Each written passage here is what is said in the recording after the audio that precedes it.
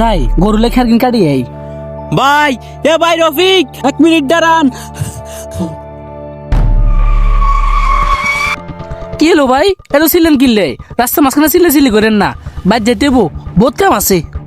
আরে ভাই ভয় নাই, আমি তো আপনাদেরই লোক। শুনছি তোমরা আজকাল কাজ কাম পাও না, আর কাজ কাম পাইলেও টাকা ঠিক মতো দেয় না।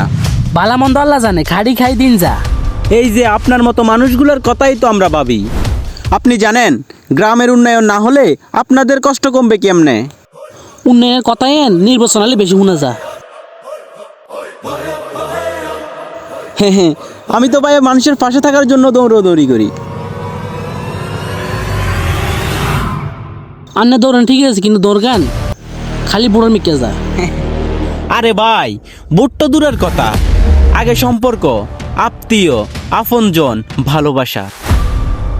এই ভালোবাসা যদি 5 বছর থাকে তাহলে বিশেষ করুন যা।